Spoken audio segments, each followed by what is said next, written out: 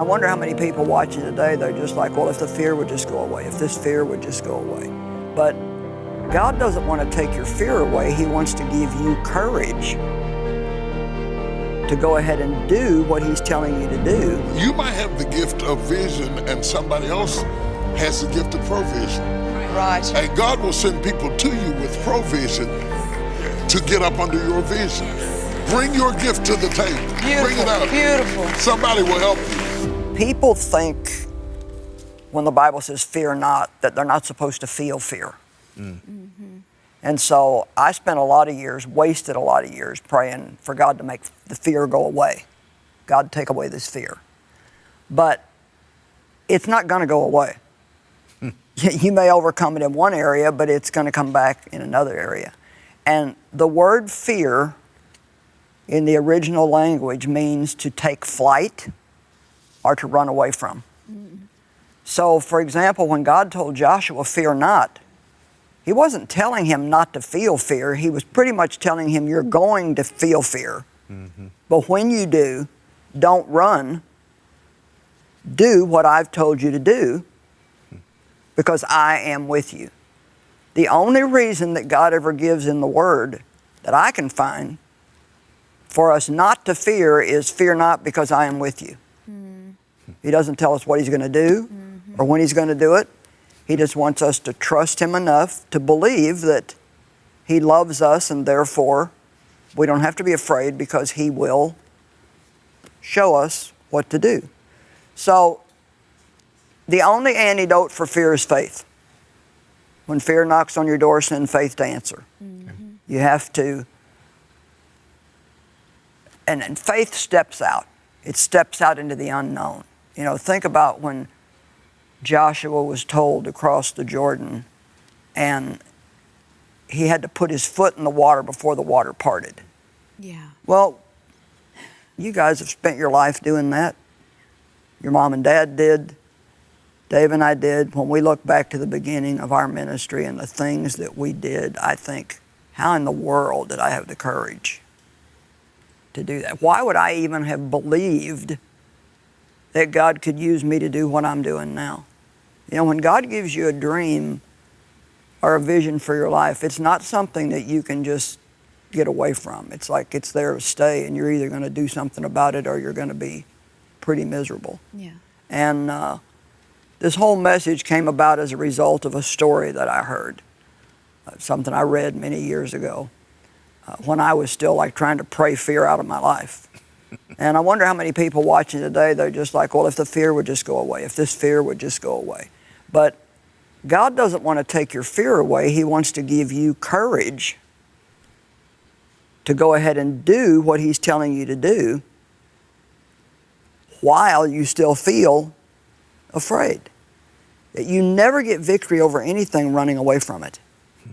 The only way you get victory is to face it, confront it, go through it, and conquer it. Then when you're on the other side of it, you find out that a lot of the things that you feared, first of all, they don't even happen, or secondly, if they do, they weren't nearly as bad as the devil had it played up in your mind that it was going to be.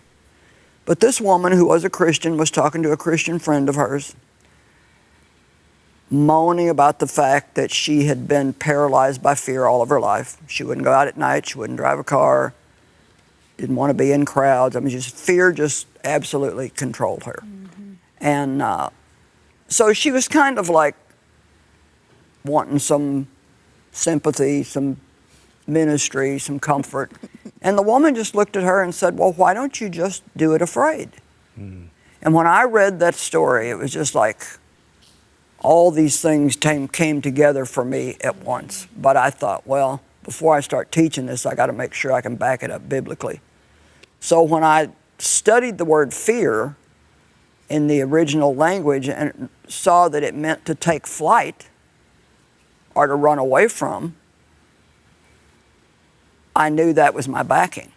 Because that's what people do. When they're afraid, they run away from things. I can talk about like my mom, even though she knew my dad was sexually abusing me. What mother doesn't rescue her children from something like that? What she did was harder for me to understand than what he did. Right. You know, but when she finally did apologize to me, which was 30 years after I left home, she said, I was afraid. Yeah. I didn't think that I could face the scandal, and I didn't think that I could take care of you and your brother. So she let the fear that she felt give her all kinds of wrong thinking. My goodness. And she could have done it if she would have Yeah. been bold and asked God to help her and taken a step. She could have kept me from many years of agony, and my brother's life was ruined too, but not from being sexually abused, but just from basically not having a father. And but she ran. She ran from what she should have confronted. Mm-hmm. And how many people watching right now, they're doing that? They're running from what they should confront. Or sometimes we try to pray away things that God wants us to deal with. And He's not going to get rid of it. He wants us to deal with it. And so that whole principle of do it afraid has become a very big thing for me. And, you know, I have other stories I can share, but.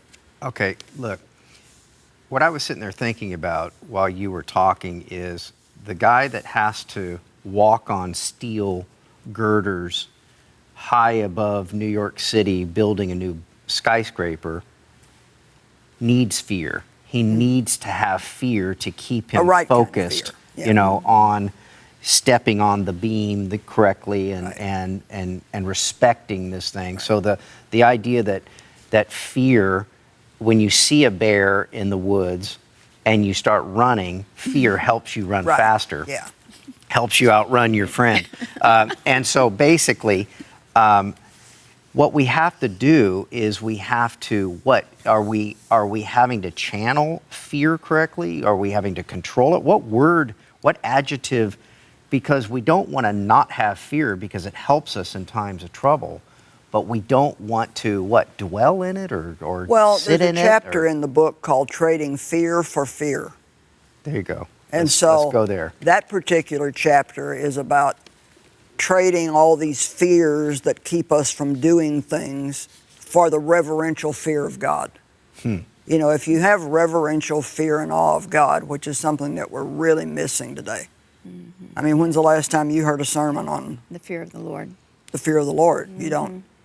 People don't. They've almost gotten too much over into the God's my friend and Yeah. He loves me no matter what, and so why should I be afraid of God? Well, we're not to be afraid of God in a wrong way, like He's going to hurt us, but just like that steel beam, you have to have a reverential fear of that, because if you don't treat it respectfully, if you get up there and get sloppy or just not paying attention, you're going to get killed. Same way if a bear is coming after you, you got to have reverential fear of that bear, because it has the power to kill you. You don't want to step out in traffic. It's a healthy fear. Yeah, it's a healthy fear. Yeah. It's a fear that you need to have. So yes, there are fears that we need to have, but we should not fear, first of all, anything that we believe that God is speaking to us to do or showing us to do. We can do and we should do even while we feel afraid. I think that people allow fear to trap them, and it can be the spirit of fear, the need to be accepted. Sometimes we are surrounded by do-nothing people, and in order to fit in, they have lulled you to sleep. Because they didn't like the fact that you were active and that you were energetic and that you were enthusiastic and that you didn't live in the prison of what they expected you to be. I never let nobody put me in a box. Oh, you're a preacher. I said I was a person before I was a preacher. Okay? I didn't come here with a collar around my neck. I was a person who had gifts and interests and talents and energy. Don't let people put any title on you that becomes a ball and a chain. that you can't get out Come of. on. That you can't be who you are for living up to who they expected you to be. And some people are in situations where the neighborhood, the family, the spouse expects you to be sleep, and you're just playing sleep so you'll fit in. But deep down on the inside, you want to do, you want to move, you want to get out there and do it. Come on, yes. Do it, do it. Having the validation of people is not as important as having the commendations of God. So you have to get out there and do it. So one thing is fear. The other thing is our need to fit in. The third thing is our resources don't line up with our vision. Right, yeah. Okay, you remember when Joshua came down to the Jordan, and his mentor, Moses, when he came down to the Red Sea parted before he ever got in it. When Joshua comes to the Jordan, it didn't work for him like it did for Moses. Right. He had to step into the water. Come on. Sometimes you don't get the provision until you step into your vision. Whoa, there You can't sit back there and wait for the money to come before you do it. Go do it and let the money catch up with you. There you go. That's a word for someone. The money will come when you start doing it. The waters will part when you step in it. People will help you. If you start grabbing something too heavy and you start dragging it, somebody will come and help you. Come on. Nobody's going to help you sit down and think about it. Get up and do it. There you go. Would you say in your own personal life that your vision has always exceeded your resources? Always. Oh my God, I could get up shot right now. I have never had enough money to do anything I tried to do, ever. Not one time did I walk into it where I thought, I got this.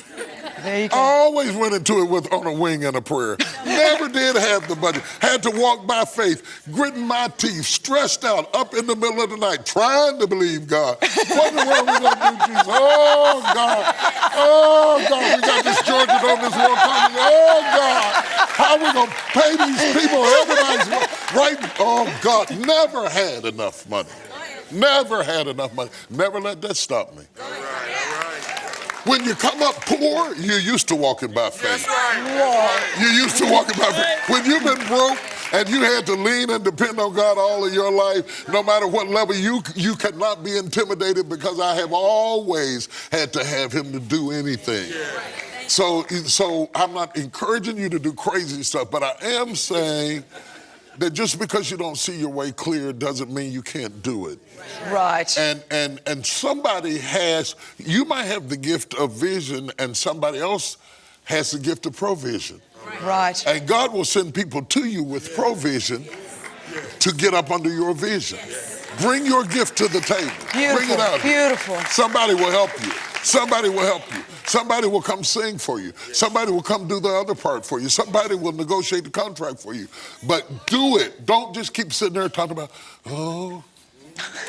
I don't have enough money. I can't do it. I don't have enough friends. I don't have enough education. I don't have enough as a spirit. Come on. And when you get the money, it'll say you don't have enough education.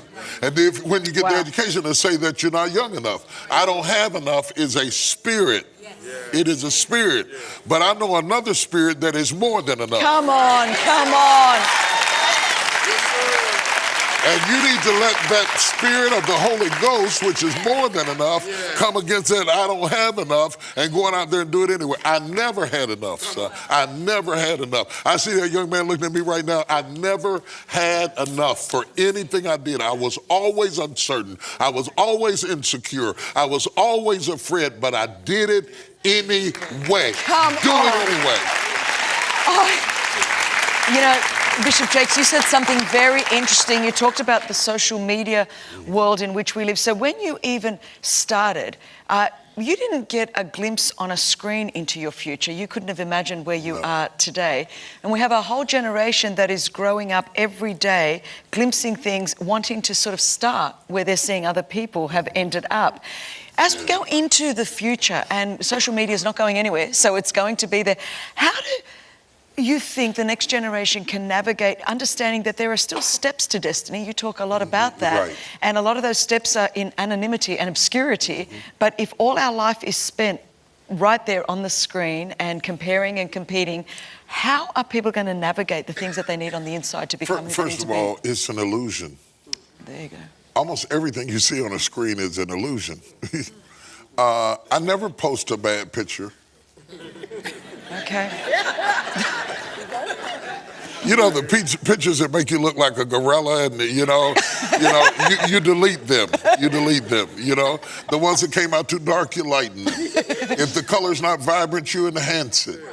So we put this picture out there that makes people think that this is the way our life is. Right. We don't show them our bad days. We testify about when the Lord came. We don't tell them about when he didn't. Okay? So all of a sudden, when you run in a day and God didn't move the way you thought he should move, you think something must be wrong. When in fact, I went through many, many bad days to get to one good day. There you go. Yes. I cried a lot of nights before I danced all over the church, okay? Yeah. People not seeing the whole story is disappointing, because if you are not familiar with the struggle, you will never be able to embrace the success. Right. The struggle does not mean that God is not there. I spent most of my life preaching in a storefront. Wow. I'm the same person I was. I tell you, people who know me will tell you, I am the same guy in the storefront preaching to 7 people and 2 of them were asleep. Okay? And that was important to me, being able to handle this. People who meet me now say, oh, I guess you are preaching, you got a big church and you got a big this and you got a big that. But people who know me, no, that can't be it. Oh, wow. Because that guy preached with his lights off, with his water off. He preached when he had to thumb to church. Right. He preached when he was hungry and didn't have anything to eat. See, if you can't understand Omega till you've seen Alpha. Whoa. Brian. You know what it's like? It's like you're watching this movie, and your spouse comes in toward the end of the movie, and they come in at the end of the movie. You're asking all these questions, and what is that going on? You should have seen the beginning. You'll never understand the ending if you didn't see the beginning. You see, and my beginning tells you it sets a compass. Right. He started me low. He kept me humble. He let me fail over and over and over and over again, and see if I would preach in what was disarray. In fact, there was a rumor around said I couldn't pastor. Said he can preach, but he can't pastor. Because I came home to a little storefront church. I preached for people in big churches, but I pastored. I used to watch people drive past my church trying to find it. Coming from out of town, they'd just be driving past it, looking all around, trying to find it. I was standing there in the window waving at it. I'm over here. But let me tell you something. They might laugh at you right now. But if you are faithful over a few things, God will make you ruler over many. Never let go of your dream. Never let go of your dream.